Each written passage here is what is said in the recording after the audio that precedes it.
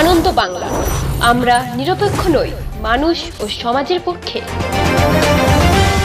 নিবেদন করছে RP club private limited এবং Leo, a large EV and solar innovation. সহ নিবেদক বারডোয়ান ইউনিটেক টেকনিক্যাল ইনস্টিটিউট, যে দেয় চাকরি ও ভবিষ্যতের গ্যারান্টি।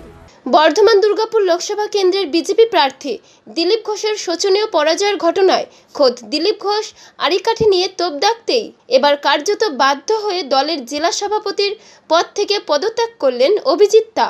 বৃহস্পতিবার এই প্রশ্নকে ঘিরে হইচই শুরু হলো বর্ধমানে। অভিজিৎ বাবু বিজেপির বর্ধমান সাংগঠনিক জেলার সভাপতি, এমনকি এই লোকসভা নির্বাচনে বর্ধমানের রায়ানের তার পুরনো বাড়িতেই দিলীপ বাবু ছিলেন ভোট না মেটা পর্যন্ত।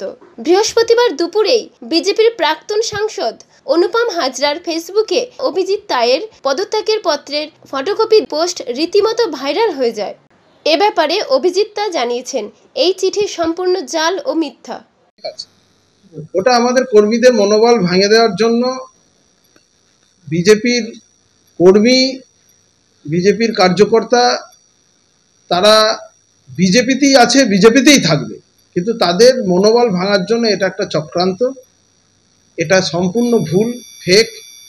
এটা দেখলেই, ভালো করে পরীক্ষা করে দেখলেই বোঝা যাচ্ছে এটা ফেক, কারণ সিগনেচারটা অন্য কোনো চিঠির সিগনেচারকে কপি করে বসানো হয়েছে এবং চিঠিটাও অন্য কোনো চিঠির ওপরে এডিট করে বসানো হয়েছে। যে প্যাডের পাতা দেখা যাচ্ছে সেটা ফেড। এগুলো সম্পূর্ণ ফেক। এটা কোনো নতুন চিঠি নয়।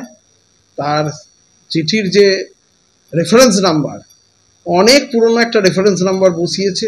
সম্পূর্ণ এটা ভুল। আর আপনারা যে ইন্টারভিউ নিচ্ছেন আমি তো পার্টি অফিসের চেয়ারেই বসে আছি।